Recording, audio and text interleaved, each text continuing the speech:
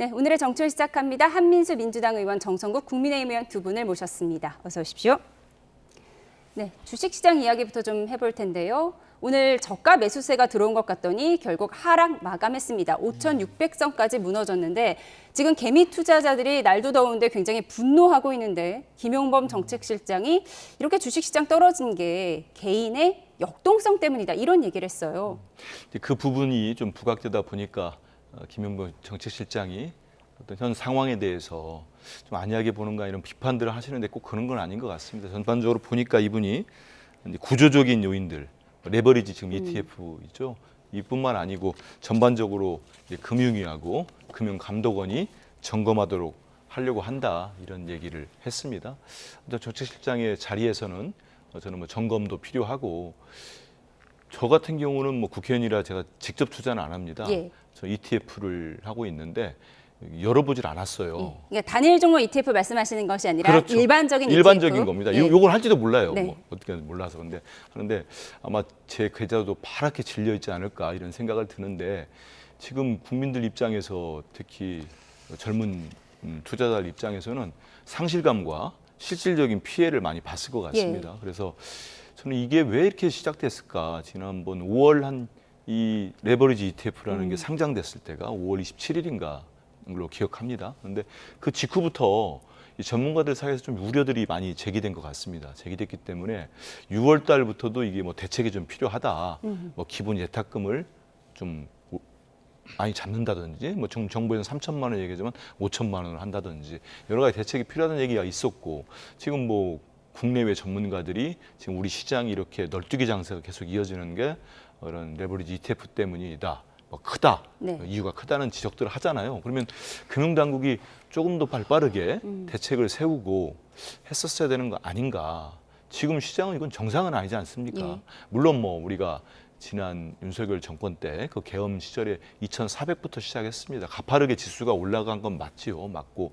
하지만 지금 9,300을 찍었다가 지금 6,000선 밑으로 너무 급속히 떨어진 거는 정상이 아니기 때문에 여기 당연히 피해 국민이 생길 수밖에 없잖아요. 그래서 금융당국에 대한 어떤 지적, 비판은 나올 수밖에 없는 상황인 것 같습니다. 예, 국민의힘에서는 부동산 팔아서 주식하라더니 지금 도박판처럼 되어버렸다. 오늘 김재현 최고위원은 이재명 대통령 이름과 팬데믹을 붙여서 잼데믹이다 이런 얘기까지 하더라고요. 그런 정도의 비판이 나올 만한 것 같습니다. 지금 너무나 우리 국민들의 삶에 영향을 크게 미치는 지금 악재가 좀 온 것 같아요.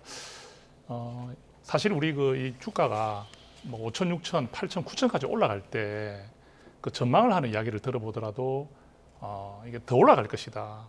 이게 끝이 아니다는 이야기들을 사실 전망을 많이 했잖아요. 그래서 이게 좀 뒤늦게 뛰어든 분들이 많이 계시는 것 같아요. 그럼 뛰어들 때 보통 보면 현금을 가지고 있는 분들이 뛰어드는 경우도 있겠지만 예. 대체로 보면은 이제 돈을 끌어모아서 또 빚을 낸다든지 또는 자기 저축했던 것을 깨서 이래 들어가는 경우들이 많은데 그러다 보니까 이게 손실이 이렇게 너무 커지면 이 부분이 이제 본인의 사실 삶과 너무 직결되지 않습니까? 돈을 그냥 날려버렸다는 느낌을 가질 수밖에 없거든요. 그러니까 이게 주변에서 이렇게 주식을 통해 돈을 벌었다는 사람들의 말에 솔깃해서 나도 한번 해봐야 되겠다 이런 마음으로 들어간 사람들도 많은데 갑자기 이렇게 폭락을 해버리는 현상이 나타나고 또 더 중요한 것은 정책의 책임자가 정말 국민의 그 염장을 지르는 소리를 하고 있지 않습니까? 하고 싶은 이야기는 있을 거예요. 주식시장이라는 게 김용범 실장 마음대로 되겠습니까? 그래서 본인도 하고 싶은 말은 있을 수 있어요. 변동성이 크게 나타나는 게 우리나라만의 문제는 아니다 이런 식으로. 그런데 그 말을 해서는 안 되잖아요. 일단 우리 국민들의 마음이 굉장히 괴롭고 너무 이제 분노가 올라올 때는 그 정책 책임자는 일단 고개를 숙여야 됩니다. 고개를 숙이고 변명을 하면 안 돼요. 그러니까 어떤 말을 해놓고 다만 이런 따라오면 안 된다는 뜻입니다. 그런데 어떻게 표현하고 있습니까? 지금 우리나라의 개인 투자자들이 굉장히 역동적이기 때문에 자기들이 투자했다는 뜻이잖아요. 너가 잘못이다. 역동적인 걸 알았으면 이 2배의 레버리지 상품을 출시하지 말았어야 하는 것 아니냐 삼전익스 이런 같은 비판이 그 있더라고요. 레버리지 ETF를 출시한 것도 그리고 그때도 아까 우리 하면서 말씀하셨지만 우려가 있는데도 불구하고 잘 될 거라는 것으로 내놨단 말입니다. 그러면 지금 보십시오. 우리가 지금 금융위기 때라든지 IMF 때도 서킷 브레이크가 이틀 연속으로 발동된 적이 있습니까? 없잖아요. 이런 현상들이 나타나는 게 그냥 일반적인 현상이 아니거든요. 그러면 책임을 진 사람은 무조건 숙여야 되는데 김용범 실장 지금 말하는 거 듣고 있으면 저분이 지금 생각이 있는 분인가? 그럼 저 비판이 누구에게 갑니까? 결국 대통령에게 가게 돼 있거든요. 예. 굉장히 안타깝습니다. 대통령에게 비난이 갈 것이다 말씀 주셨는데 오늘 나온 MBS 여론조사를 좀 보도록 하겠습니다. 대통령 지지율이 53%로 취임 후 최저치와 동률인데요. 또 다른 조사를 보면 부동산 정책에 대해서 특히 잘못하고 있다는 응답이 56%로 과반을 넘고 있습니다. 결국 주식시장과 이 부동산 시장 모두 대통령 지지율에는 악재가 되고 있는 모습이에요. 아무래도 영향을 미칠 수밖에 없습니다. 뭐 수밖에 없고 우리 대통령께서 정말 일 잘하시는 거 다 국민들이 알고 있고 그동안 지지율이 많이 상승했었고 했는데 아마 역대 대통령 중에 집권 1년을 넘기고 만 2년 넘기고 53% 지지율이 결코 낮은 건 아닙니다. 객관적인 수치로 볼 때. 그렇죠. 과반 넘었으니까요. 예, 너무 많이 있는데 지금 말씀한 대로 부동산 문제는 상당히 이제 국민들 볼 때는 이게 보유세, 세금 문제를 뭐 이렇게 개편하겠다는 얘기들 나오고 하면은 본인들의 어떤 직접적인 연관관계가 없더라도 세금 문제에 대해서는 되게 많은 국민들이 민감하게 반응을 합니다. 예. 그런 부분들이 있을 거라고 보고요. 지금 우리가 앞서서 다뤘던 이 레버리지 ETF를 비롯해서 그런 어떤 변동성, 큰 상품 때문에 지금 주식시장이 저도 깜짝깜짝 놀랐습니다. 제가 이번에 최고위원 출마로 네. 다른 거 신경을 많이 못 썼는데 보니까 막 10%가 빠졌다고 해서 이게 무슨 일인가 저도 볼 정도로 있었기 때문에 그런 것들이 이번에 우리 대통령님 지지율에 영향을 미치지 않았나 싶고 이런 부분들을 우리 정부 집권 여당은 모든 책임을 지는 겁니다. 그리고 국민들 보실 때는 그 책임을 지라고 또 선택을 했기 때문에 우리 정부 여당이 아까 말씀대로 국회에서도 뭐 야당뿐만 아니고 여당 의원들도 금융위원장과 금감원장에 상해서 여러 가지 질책을 했잖아요. 네. 질책도 하고 대책을 빨리 마련해라 했기 때문에 안철수 의원은 노답 삼형제를 뭐 경질해야 된다 이런 얘기를 하더라고요. 근데 그 야당 의원님들이야 막 이게 무슨 뭐 호재가 생겼다고 생각하고 막 덤벼 뭐라고 할까요? 그런 표현이 그렇습니다만 공격하고 또 제1야당 대표께서는 정책실장 비행기 못할 거라고 협박도 하고 그러던데 그런 것 또한 우리 국민들 보실 때 그렇게 좋게만 보이겠습니까? 그냥 비판을 하더라도 좀 점잖게 그리고 좀 전에도 보니까 그냥 저분은 장동혁 대표는 이제 그만 TV에서 비쳤으면 좋겠어요. 아니 대통령 좀 대통령이라는 말도 붙이고 대통령 성도 빼고 막 외치고 그러던데 저렇게 할수록 우리 국민들이 제1야당에 지지 안 합니다. 그래서 정책적인 부분에 어떤 지금 국민들과 저희들이 지적받는 게 있다면 개선하고 보완하도록 노력하는 게 또 저희들 역할 아니겠습니까? 그래서 우리 대통령님 지지율이 이번이 뭐 최저치라고 나오는데 앞으로 더 올라갈 수 있도록 여당의 일원으로서 더 열심히 하겠습니다. 예, 국민의힘 김재섭 의원은 개국 정비보다 부동산 정책이 쉽다더니 부동산 정책이 실패로 끝났다 이런 비판을 하기도 했습니다. 곧 나올 세제 개편안을 지켜보도록 하겠습니다.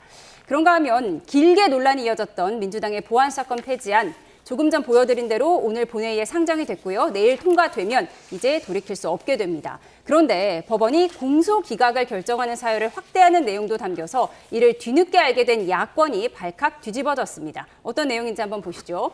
그동안 많이 들어왔던 공소 취소와 이번에 이슈가 된 공소 기각, 이 모두 재판이 없어지는 건 같습니다. 다만 공소 취소는 검사가 하는 건데 이번에 법 여건이 신설한 조항을 보면 판사가 공소 기각하는 사유를 추가를 한 겁니다. 주체가 다르죠. 검사가 중대하게 또는 현저히 수사를 잘못했을 때 판사가 유무죄 판단 없이 재판을 각하시키는 건데요. 이 중대한, 현저히 이렇게 모호한 개념을 이용해서 검사가 대통령 재판을 취소하지 못하면 판사라도 공소를 기각하게 하려는 것 아니냐. 야당은 이렇게 의심하고 있습니다. 더 흉한 거 하나를 넣었더라고요.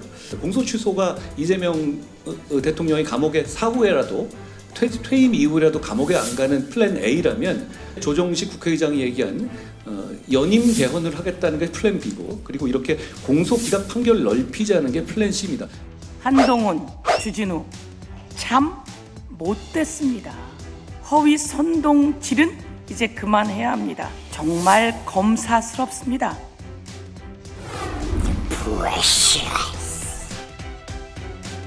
이 절대 반지 놓치지 않으려고 볼륨이 되지 말고 인간계로 돌아와서 정상적으로 이 법사위 함께 운영해 주시기를. 발문사라고 이야기하지 마세요 좀. 네, 법사위에서 때 아닌 골룸 논쟁도 있었는데 이 막판에 수정된 327조 조항이 논란입니다. 야당에서는 검찰이 대통령 재판 공소 취소 못하게 되면 판사가 공소 기각하도록 끼워넣은 것이다. 이렇게 어제 굉장히 논란이 됐어요. 예. 어떤 내용이 문제인 거죠? 이게 그 보안수사권 폐지에 대한 이야기들이 계속 나오는 중에는 사실 부각이 전혀 안 되고 이게 언제 이런 것들이 논의됐지 할 정도로 갑작스럽게 지금 이게 들어온 부분이거든요. 우리는 지금까지 계속 보안수사권 폐지하면 안 된다. 보안수사 요구권만으로는 안 된다. 이런 이야기들을 계속 주장해 왔는데 법사위에서 들어온 내용 중에 이제 놀랄만하게 하나 들어온 거죠. 그러니까 공소기각의 판결에 대해서 새로운 걸 넣었는데 아까 말씀하신 대로 판사가 이제 이걸 기각할 수 있는 거잖아요. 그러니까 재판을 종료시키는 거죠. 그렇죠. 그러면 여기에 이제 중대한 위법사에 기해서 또는 현저한 일탈 이런 말이 들어가는데 중대하고 현저하다는 표현이 들어갔을 때 이 기준이 뭐냐. 어떤 정도면 중대하고 어떤 정도면 현저한 것인지에 대해서 늘 논란이 될 수밖에 없는 부분이거든요. 그러면 판사가 공소기각을 하는 이런 판결을 할 때 이런 정도의 모호한 어떤 그 기준을 가지고 제시해놨을 때 그러면 이거는 도대체 누가 그러면 객관적인 그 부분을 갖다 인정할 수 있겠습니까? 자, 그러면 왜 이랬을까요? 우리 국민의힘에서 하는 이야기가 과연 정치 공세입니까? 아니죠. 왜냐하면 이재명 대통령의 공소 취소를 추진하다가 지방선거 때 어떻게 됐습니까? 중단했죠. 왜? 엄청난 거센 저항이 들어왔거든요. 그 어제 조정식 국회의장이 또 이틀 전에 어떤 실수를 했습니까? 본인이 또 대통령 연임 문제에 대해서 네. 국민이 선택할 수 있다는 표현을 했다가 지금 굉장히 강력한 비판을 받고 있습니다. 자, 그러면 이제 한동훈 의원이 말한 대로 플랜 A, B, C가 이제 작동하는 네. 걸로 보이는 거죠. 플랜 C는 뭡니까? 지금 이거죠. 이제는 공소 취소가 안 되니까 판사로 하여금 공소 기각을 할 수 있게 해줌으로 인해서 이재명 대통령의 재판, 퇴임 이후에 재판이 벌어졌을 때 그 재판을 판사가 취소할 수 있도록 하는 빌드업을 공소를 기각할 수 있는 빌드업을 만드는 것이라고 의심을 안 할 수가 없지 않습니까? 자, 그렇다면 이렇게 자신 있다면은 미리 공론화를 시켰어야죠. 근데 왜 갑자기 어제 법사위 그 법안 통과 안에서 이게 들어갔습니까? 그러니까 언제 아셨던 거예요? 저도 그 언론 보도 보고 알았어요. 어제 오후에? 예, 예. 대부분 다 그랬을 것 같은데요. 한번 설명해 주시면 좋겠어요. 우리 한민수 의원도 나오셨기 때문에. 네. 예. 그러니까 한동훈 의원은 지금 플랜 A는 검사의 공소 취소, 플랜 B는 대통령의 연임 개헌, 플랜 C는 판사의 공소 기각. 이 모든 것이 대통령 재판 지우기다. 이렇게 얘기를 했더니 서영교 법사위원장이 한동훈, 주진우 의원 정말 못됐다. 이렇게 얘기를 했습니다.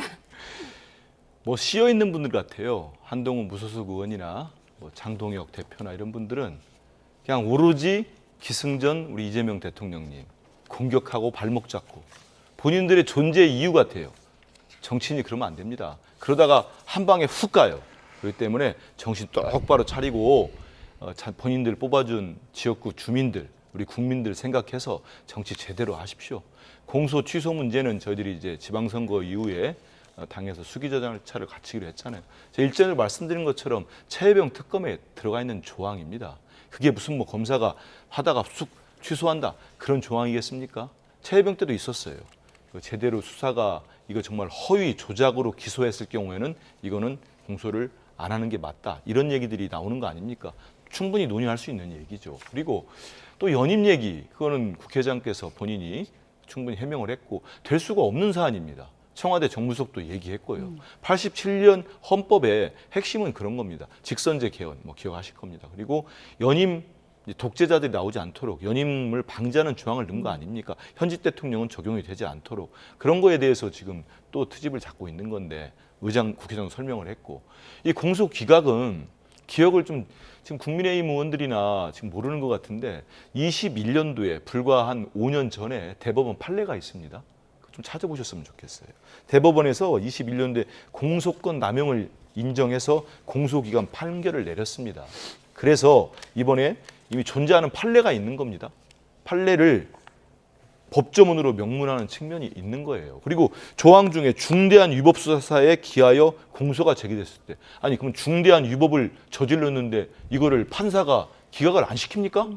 판결을 재판을 계속 하고 있었어요. 이 앵커를 상대로 해가지고. 근데 이건 너무 중대하고 위법적입니다. 그리고 말이 안 맞아요. 그리고 검사가 소추 재량권을 현저히 일탈해가지고 네. 소추를 했어요. 그럼 판사가 볼 때 독립적으로 양심에 의해서 재판하는 판사가 이거는 공소 기각이 맞습니다. 이 얘기들이 어제 오늘 된 얘기들이 아니더라고. 저도 좀 찾아보니까 예. 상당히 오랫동안 학계에서도 제기돼 있었고 이런 부분이 이번에 형사소송법에 개정안이 들어간 겁니다. 예. 그렇기 때문에 이거를 트집 잡아가지고 오로지 우리 대통령에 대해서 공격하는 건 좀 과한 거죠. 맞지 예, 않습니다. 그러니까 판사가 공소 기각할 수 있는 조항은 원래 있었다라는 게 이제 민주당 입장이고 국민의힘에서는 이제 현저히 뭐 중대하게 이런 말들이 너무 모호하다 이렇게 좀 비판을 하고 있는 것 같습니다. 한 가지만 더 여쭙고 다음 주제 네. 넘어가도록 하겠습니다. 이제 국민의힘이 필리버스터로 24시간 동안 이 법을 지연시키는 것밖에 할 수 있는 게 없잖아요. 근데 여기서 한동훈 의원, 무소속 한동훈 의원이 필리버스터를 신청하겠다고 했는데 국민의힘에서 끼워줘야 하는 거잖아요. 근데 예. 지금 순번이 나왔죠. 오늘 저희들 본회의 하기 전에 의총을 했거든요. 저도 참석했었는데 필리버스터 그 순번에 우리 의원들 명단을 쭉 불러주는데 네. 한동훈 의원은 없었습니다. 경쟁이 치열했나 봐요. 예, 신청을 많이 했다고 들었는데 그 경쟁이 물론 치열한 건 있겠지만 네. 이거는 어떻게 보면 원내지도부의 의지겠죠. 네. 원내지도부에서 한동훈 의원을 포함하느냐 안 하느냐에 대한 생각은 했겠죠. 근데 좀 많이 아쉽습니다. 왜냐하면 지금 이 문제는 어떻게 보면 한동훈 의원이 굉장히 여기에 대해서 굉장히 논리적이고 날카롭잖아요. 민주당을 공격할 수 있는 아주 힘 있는 그 의원 아닙니까? 한동훈 의원이 나와서 이 부분에 대해서 굉장히 성과를 내고 주목을 받고 국민들께 인정받는 부분에 대한 부담이 어떻게 보면 우리 당에서 그런 비토하는 마음을 가진 사람이 있을 수 있어요. 그런데 지금은 어떻습니까? 지금은 보안수사권 폐지라는 것은 우리가 장윤기 사건에서 봤듯이 반드시 존치돼야 될 제도인데도 불구하고 이 제도에 대한 필리버스터를 할 때 우리가 한동훈 의원과 또 힘을 합쳐야죠. 그래서 이제 여러 의원들이 한동훈 의원을 1번 해주면 제일 좋지만 그게 안 된다면은 중간에라도 넣어서 발언할 수 있는 기회를 달라는 이야기를 의원들이 했잖아요. 근데 결국은 안 된 것 같습니다. 예, 24시간을 뭐 여러 의원들이 나눠서 써야 하니까 좀 앞순번을 받아야 할 텐데 국민의힘에서 앞순번을 주지 않은 것 같습니다. 얼씬도 하지 말라는데 해주겠습니까? 그럼요. 장동혁 지도부가 아무래도 한동훈 의원 스포트라이트 받는 걸 원치 않는 것 같다. 두 분의 의견 주셨습니다. 자, 민주당 이야기해보겠습니다. 민주당 8.17 전당대회 출마한 당권 주자들 첫 TV 토론회에서 치열하게 맞붙었는데요. 거센 신경전 보고 오시죠. 개파 정치를 가장 비판해온 정 후보께서 가장 구태적인 개파 정치를 주도하고 계시다. 지금 몇 분의 최고위원하고 함께 생일 찍기, 홀짝 찍기. 김민석 후보께서는 당 그거 밖에 하고 18년 동안 보여드리고 있어가지고 그냥 노무현 대통령, 문재인 대통령 시대 역사를 잘 모르는 것 같습니다. 이것은 당원들이 늘 자발적으로 해왔던 일입니다. 김민석 후보께서는 당대표를 안 해보셔서 모르는 것 같은데요. 송영길 후보도 요즘 못지않게 옛날 같으면 역적으로 목을 잘라 정말 진압을 해야 될 그런 상황이잖아요. 목을 잘라야 된다 이렇게 또 험한 말씀을 하시는데 비유고 그거는 제가 비유도 저도 과한 건 그건 사과를 제가 요청을 하지는 않겠습니다. 아니 내가 그 네. 죄송하다 말씀드릴게요. 그건 비유로 제가 한 건데. 네, 이런 가운데 전체 여론조사에서는 정청래 후보가, 민주당 지지층에서는 김민석 후보가 앞서는 결과가 나왔습니다. 잘못하면은 김민석은 제2의 박찬대가 될 수 있어요. 패착이에요? 신천지 문제 저는 풀린 건? 패착이라고 봅니다. 네, 어제 토론회에서 신천지 개입 관련 질문이 나올 줄 알았는데 이게 신사협정을 맺고 안 한 건가요? 신천지 제가 얘기는 안 듣기로는 나왔어요? 뭐 후보 간에 그런 뭐 신사협정 이런 건 아닌 것 같은데요. 근데 지금 이제 우리 방송에서 톡톡 집어서 보니까 무슨 신경전이 대단한 것처럼 보였지만 저도 다 봤습니다. 근데 예. 지금 이제 우리 민주당 출입 기자분들의 이제 전반적인 평가는 좀 품격이 있었다. 그리고 말씀하신 것처럼 그런 논란에 대한 제기도 안 했고 이런 부분들이 나름 뭐 호의적인 평가들이 많이 있는 것 같습니다. 그리고 뭐 제가 비서실장으로 모셨던 정청래 후보가 특히 점잖게 어떤 네거티브나 이런 거 안 하고 뭐 방어를 하고 그랬다는 평가들이 있고요. 신천지 부분은 저는 박지원 의원님이 말씀하신 것처럼 그 제기한 쪽에서 이제 김민석 후보가 근거를 명확히 되지 않으시면은 전당대회 이후라도 지금 빨리 돼야죠. 왜냐하면 이게 전대 이후에 조사하자는 뭐 김민석 후보가 가까운 최고위원 후보가 예. 얘기하던데 그건 맞지 않습니다. 왜냐하면 이거는 단순히 야 신천지가 무슨 전대에 뭐 문제가 있는 거 아니야? 이게 아니었어요. 정확한 워딩은 김민석 후보가 기억하실 겁니다. 우리 앵커도 뭐라고 했냐면 이번 전당대회의 본질은 반명 분열주의 신천지의 3자 비밀 연합을 깨는 것이라고 했습니다. 저는 우리 당에 반명도 없지만 분열주의는 누가 하는지 모르겠어요. 신천지는 전 본 적도 없습니다. 예. 근데 이 3자가 이미 비빌연합을 결성하고 있다는 얘기를 해버리신 겁니다. 근데 이걸 근거를 안 된다? 저는 이건 전당대회 유불리를 떠나서 우리 당을 대단히 위험에 빠뜨릴 수 있기 때문에 도저히 이건 용납이 잘 안 됩니다. 그래서 분명히 근거를 대셔야 됩니다. 네. 그런 말씀 드리겠습니다. 박지원 의원은 김민석 후보가 잘못하면 제2의 박찬대가 될 수 있다. 그러니까 지난번에 낙선한 후보를 말씀하시는 건데 신천지 언급이 패착이었다라고 얘기를 했어요. 네. 오늘 나온 여론조사를 보면 지금 당심에서는 김민석 후보가 앞서고 전체 여론조사에서는 정청래 후보가 앞서는 조사가 연이어 나오고 있는데요. 지금 당원 70%, 여론조사 30%거든요. 네. 어떻게 전망하십니까? 아직까지 17일, 20일 가까이 남았죠. 예. 그렇기 때문에 저는 아직까지 뭐 판세를 정확하게 짚기는 어려운데 전반적으로 민주당 의원님들하고 이야기를 좀 나눠보면 그래도 김민석 후보가 조금 유리하지 않느냐 이런 이야기를 합니다. 물론 신천지 한민수 후보님이 좀 섭섭하실 수도 있는데. 저는 뭐 객관적으로 말씀드려야죠. 그런 드리는데 예측들이요. 실제 결과가 나오면 많이 다른 섭섭하세요. 결과가 나옵니다. 많은 결과가. 그 신천지 이 부분은 처음에 재개했을 때는 물론 민주당이 오히려 재개하지 않았던 게 좋지 않겠느냐 하는 말이 나옵니다. 이 신천지 부분으로 해서 국민의힘도 타격을 많이 받았잖아요. 네. 근데 이 이야기를 꺼냄으로 인해서 민주당도 이제는 우리 당을 내란 정당이라고 공격하기에는 오히려 본인들이 공격당할 수 있는 빌미를 준 거는 맞습니다. 그래서 우리 한민수 의원님 말씀하신 대로 이 부분에 대해서는 김민석 후보가 이렇게 그냥 넘어가기는 쉽지 않을 것이라는 건 저 동의를 합니다. 예. 그런데 과연 이 신천지 문제 하나가 당대표를 뽑는 선거에 결정적 영향을 미칠까? 저는 그렇게 생각하지는 않거든요. 왜? 김민석 후보는요. 이재명 대통령이 결국 지원하고 있다는 그런 부분을 많이 인식을 하고 있습니다. 자, 대통령 임기가 몇 년 남았습니까? 4년 남았잖아요. 이재명 대통령의 이 임기에 정부가 성공하고 안 하고는 부분은 차기 정권을 창출하는 데 있어서도 굉장히 중요합니다. 그러면 지금 당대표를 대통령의 그 마음을 가지고 있는 후보에 대한 부담은 당원들이든 어떤 거 투표하는 분들이 안 가질 수는 없거든요. 그리고 송영길 후보의 지금 지지율이 좀 낮게 나오고 있지만 송영길 후보가 가지고 있는 그 선호투표제 있지 않습니까? 선호투표제로 인해서 김민석 후보가 덕을 볼 것이라는 이야기들도 있습니다. 그러면 또 아까 말씀하신 대로 당심이 국민 여론조사에서는 정청래 후보가 앞서는 경우도 있지만 당심을 봤을 때는 누가 앞서게 나오죠? 주로 김민석 후보가 나오고 있습니다. 그러면 이 추세가 계속 유지되다 보면은 김민석 후보가 좀 유리하지 않느냐는 이야기가 좀 많더라고요. 예, 그래서 제가 밖에서 바라보는 상당히 바라봤을 때는 지금 전세가 그렇게 보인다 이런 말씀드리겠습니다. 예, 아직 뭐 전당대회 17일 정도가 남았기 때문에 아직 선거 결과는 알 수가 없을 것 같습니다. 그런가 하면 국회 문화체육관광위원회가 오늘 대한축구협회를 상대로 청문회를 열었습니다.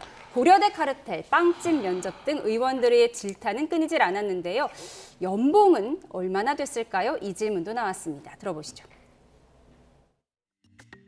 빵집 앞에서 하는 면접으로 감독이 될 수 있다라는 거에 대해서 이거 진짜 이상하다. 내가 후배들 보기에 우리 축구 관계자들 보기에 진짜 나쁘끄럽다 이런 생각 안 하셨습니까? 전력강화위에서 저한테 제안을 하러 왔을 때는 저는 정상적인 절차를 거쳐서 왔다라고 생각을 했습니다. 정상적 고대 카르텔이라는 말씀 들어보셨나요? 거기 앉아 계시는 회장님도 고대, 옆에 앉아 있는 감독님도 고대. 고대 출신 아니면 협회에 발도 못 딛는다. 이런 말들이 왜 나오는 건가요? 대표팀 감독 중에서 25명을 그 남자 대표팀을 했는데 고대 출신은 1명밖에 없고요. 본인 감독 연봉 38억 맞는지 공개할 수 있습니까? 얼마였습니까? 제 그 연봉에 대해서는 상호 밝히지 않는 조항이 있기 때문에 제가 여기서 직접적으로 말씀드리지는 못하겠습니다만은 지금 말씀하시는 38억은 그 정도는 아닙니다. 절대 아닙니다. 훨씬 적습니까? 훨씬 적습니다. 네, 홍명보 감독의 연봉은 38억보다는 훨씬 적다고 합니다. 네, 뭐 법카를 집 앞에서 썼다 뭐 이런 논란도 있었어요. 국회에서 특정 사안에 대해서 이렇게 청문회를 하고 하는 거는 그만큼 국민적 분노가 있기 때문입니다.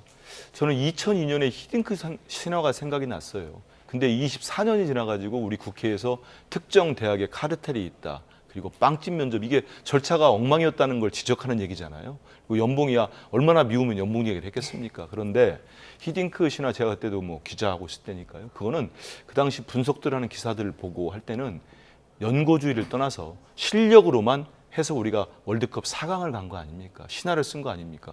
그 이후에 24년이 지났는데 아직도 우리 대한민국의 축구협회가 저런 식의 문제가 있고 국회에서 지적이 나온다?